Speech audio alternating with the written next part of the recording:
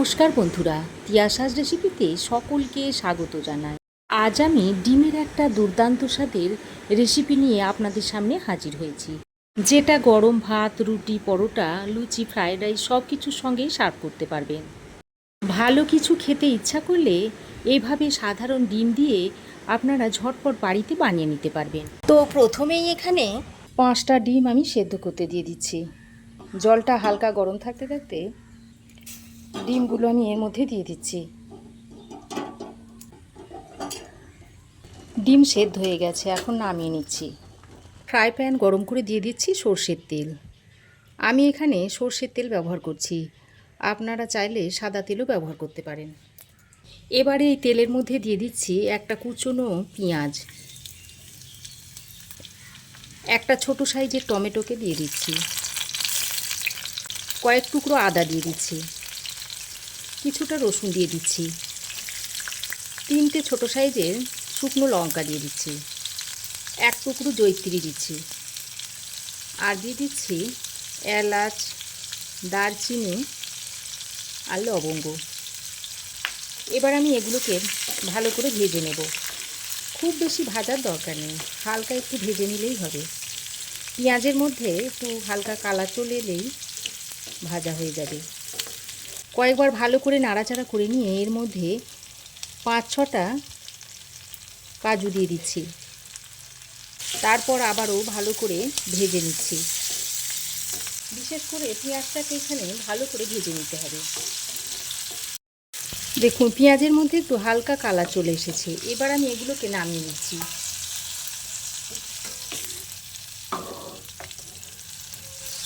তেল থেকে ছেঁকে আমি এইভাবে একটা প্লেটে ছড়ানো পাত্রে তুলে নিচ্ছি।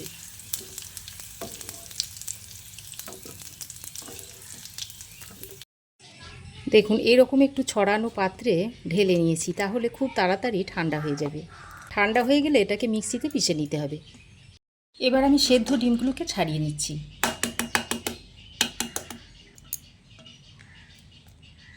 আজকে আমি সেদ্ধ ডিমের ভিতরে পুর ভরে আপনাদের একটা দুর্দান্ত স্বাদের রেসিপি বানিয়ে দেখাবো।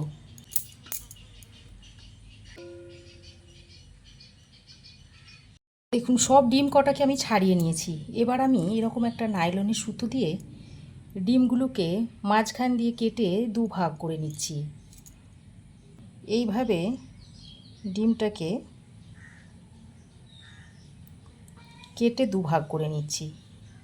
দেখুন, তারপর এই কুসুমগুলোকে একটু আলাদা করে নিচ্ছি।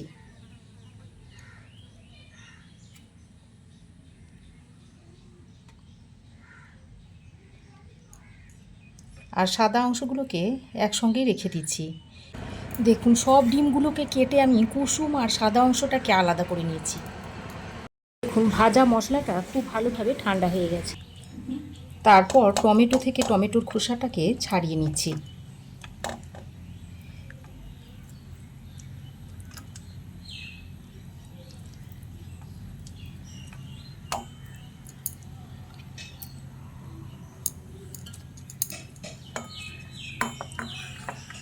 এবার এগুলোকে একটা মিক্সিং জারের মধ্যে ভরে নিচ্ছি।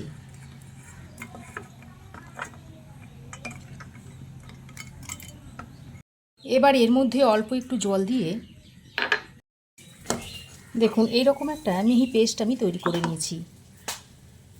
এবার আমি এখানে ডিমগুলোকে নিয়ে নিয়েছি, আর সঙ্গে 2টো শুকনো লঙ্কাকে আমি ভেজে নিয়েছি।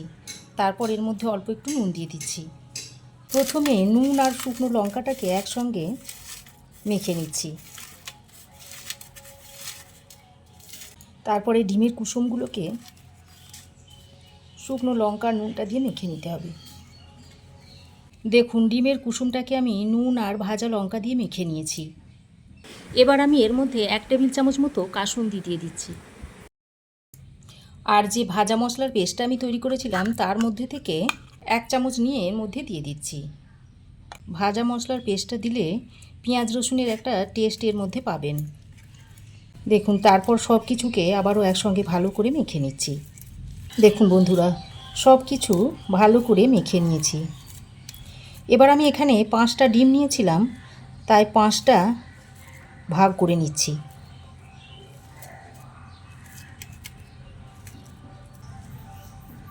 তারপর এই 5টা ডিমের কুসুমের মতো বল তৈরি করে নিচ্ছি। দেখুন এরকম 5টা বল আমি তৈরি করে নিচ্ছি। দেখুন ডিমের বলগুলো সব তৈরি করে নিয়েছি। এবার এরকম এক একটা ডিম নিয়ে নিচ্ছি আর ভিতরে এভাবে পুরটাকে ভরে দিচ্ছি। তারপর উপরের অংশটাকে এইভাবে লাগিয়ে দিচ্ছি। দেখুন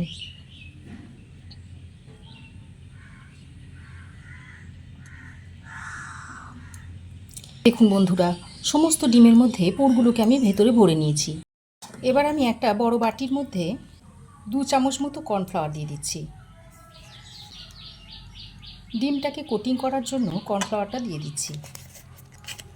এবার এর মধ্যে অল্প সামান্য একটু জল দিয়ে প্রথমে আমি কর্নফ্লাওয়ারটাকে এইভাবে গুলে নিচ্ছি। ডিমের পুরটা ভরার পর ডিমটা যাতে খুলে না যায় সেই জন্য এই কর্নফ্লাওয়ার দিয়ে এরকম একটা কোটিং তৈরি করে নিচ্ছি। দেখুন কর্নফ্লাওয়ারটা খুব ভালো করে গুলে নিয়েছি। এবার আমি একটা ডিম নিয়েছি। এই ডিমটা ভেঙে এর মধ্যে দিয়ে দিচ্ছি। সঙ্গে সামান্য পরিমাণে একটু নুন দিয়ে দিচ্ছি। এবার কর্নফ্লাওয়ার, নুন আর ডিমটা একটা ব্যাটার তৈরি করে নিচ্ছি। এইরকম একটা ব্যাটার তৈরি করে নিয়েছি। এবার আমি একটা কড়াই খুব ভালো করে গরম করে নিয়েছি। তারপর যে তেলটা দিয়ে আমি পেঁয়াজ, আদা, রসুন ও কাজুটা ভেজে নিয়েছিলাম সেই তেলটাই এর মধ্যে দিয়ে দিচ্ছি। তেল খুব ভালো করে গরম করে নিয়েছি। তারপর যে ডিমের মধ্যে পুরগুলোকে ভরে নিয়েছিলাম এই ডিমগুলো থেকে একটা করে ডিম নিয়ে এই কর্নফ্লাওয়ার ও ডিমের ব্যাটারের মধ্যে ভালো করে চুবিয়ে নিচ্ছি।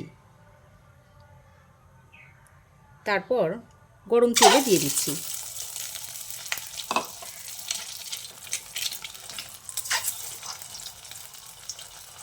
ডিমটা যাতে খুলে না যায় সেই জন্য এই কোটিংটা দিয়ে নেওয়া।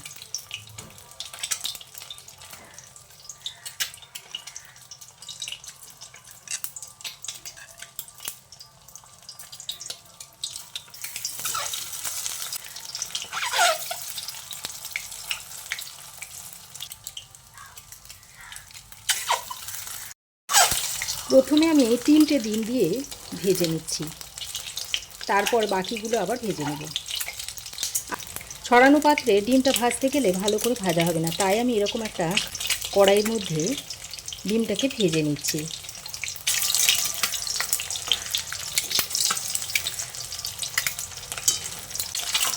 দেখুন ডিম উল্টে পাল্টে ভালো করে ভেজে নিয়েছি। এবার এই ডিমগুলোকে আমি একটা পাত্রে তুলে নিচ্ছি।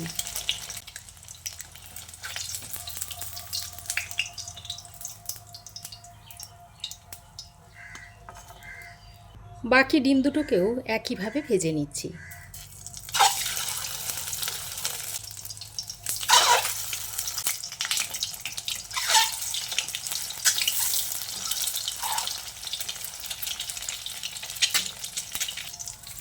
দেখুন বাকি দুটো ডিমকেও আমি ওই একইভাবে ভেজে নিয়েছি।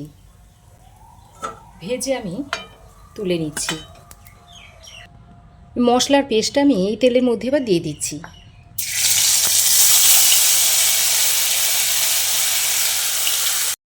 সঙ্গে মিক্সি ধোয়া জলটা একটু দিয়ে দিচ্ছি। এবার মশলাটাকে দিয়ে ভালো করে নেড়ে চেড়ে কষিয়ে নিতে হবে। যতক্ষণ না মশলা থেকে তেল ছেড়ে না আসছে ততক্ষণ এইভাবে কষিয়ে যেতে হবে। মশলা খুব ভালোভাবে কষিয়ে নিয়েছি আর মশলা থেকে দেখুন তেল ছাড়তে শুরু করেছে। এবার আমি এই রান্নার স্পেশাল মশলা যেটা সেটা আমি এর মধ্যে দিয়ে দিচ্ছি। এখানে দেখুন 1 টেবিল চামচ পরিমাণ কাসুন্দি নিয়েছি, সেটা এখন এর মধ্যে দিয়ে দিচ্ছি।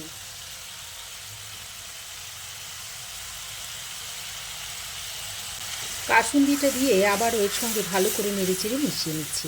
কাসুন্দিটা দিয়ে আমি খুব বেশিক্ষণ কষাবো না, হালকা ধুয়ে একবার নেড়েচেড়ে মিশিয়ে নিয়ে এর মধ্যে অল্প একটু চিনি দিয়ে দিচ্ছি। যেহেতু এর মধ্যে কাসুন্দি দেওয়া আছে, টমেটো দেওয়া আছে, তাই স্বাদের ব্যালেন্সটা করার জন্য আমি চিনিটাকে দিয়ে দিলাম। চিনিটা দিয়ে আবারও এর সঙ্গে ভালো করে নেড়েচেড়ে মিশিয়ে নিচ্ছি। আর এই পর্যায়ে আপনারা একটু নুনটাকে চেক করে নেবেন। আমি এখানে একটু স্বাদ মতো নুন দিয়ে দিলাম। তারপর নুনটাকে দিয়েও আরও একবার ভালো করে নেড়েচেড়ে মিশিয়ে নিচ্ছি। সব কিছুকে ভালো করে নেড়েচেড়ে মিশিয়ে নেওয়ার পর ভেজে রাখা ডিমগুলোকে এর মধ্যে দিয়ে দিচ্ছি। ডিমগুলো দিয়ে ভালো করে মশলার সঙ্গে মিশিয়ে নিচ্ছি। দেখুন খুব ভালোভাবে মিশিয়ে নিয়েছি। এবার অল্প পরিমাণে একটু গরম জল দিয়ে দিচ্ছি। আবারও একবার ভালো করে নেড়েচেড়ে মিশিয়ে নিচ্ছি। তারপর ঢাকা দিয়ে 2-3 মিনিট মতো রান্না করে নিচ্ছি। 2-3 মিনিট পর ঢাকাটা আমি খুলে নিয়েছি। তরকারি এখন সার্ভ করার জন্য একেবারেই রেডি হয়ে গেছে। এটা আপনারা গরম ভাত, রুটি, পরোটা, লুচি, ফ্রাইড রাইস সবের সঙ্গে সার্ভ করতে পারবেন। খেতে অসাধারণ হয়। একবার বানানোর অনুরোধ রইল। একবার বানালে দেখবেন আপনার কাছে বারবার বানানোর রিকোয়েস্ট আসবে। এখন আমি গ্যাসের ফ্লেম বন্ধ করে দিচ্ছি। তারপর এটা সার্ভ করে আপনাদের দেখাচ্ছি। এবার আমি তরকারিটাকে সার্ভ করে দেখাচ্ছি আপনাদের। আপনারাও এভাবে বানাবেন আর খাবেন, আর কেমন হয়েছে কমেন্ট করে জানাবেন। তো রেসিপি কেমন লাগলো অবশ্যই একটা কমেন্ট করে জানাবেন, আর ভালো লাগলে একটা লাইক ও শেয়ার করবেন। পাশে থাকা বেল আইকনটা অবশ্যই প্রেস করবেন। আর আমার চ্যানেলে নতুন বন্ধু হয়ে থাকলে প্লিজ চ্যানেলটা সাবস্ক্রাইব করার অনুরোধ রইল। আজ এ পর্যন্তই। আবার দেখা হবে নতুন কোনো রেসিপি নিয়ে নেক্সট এপিসোডে। সে পর্যন্ত ভালো থাকবেন, সুস্থ থাকবেন। ধন্যবাদ।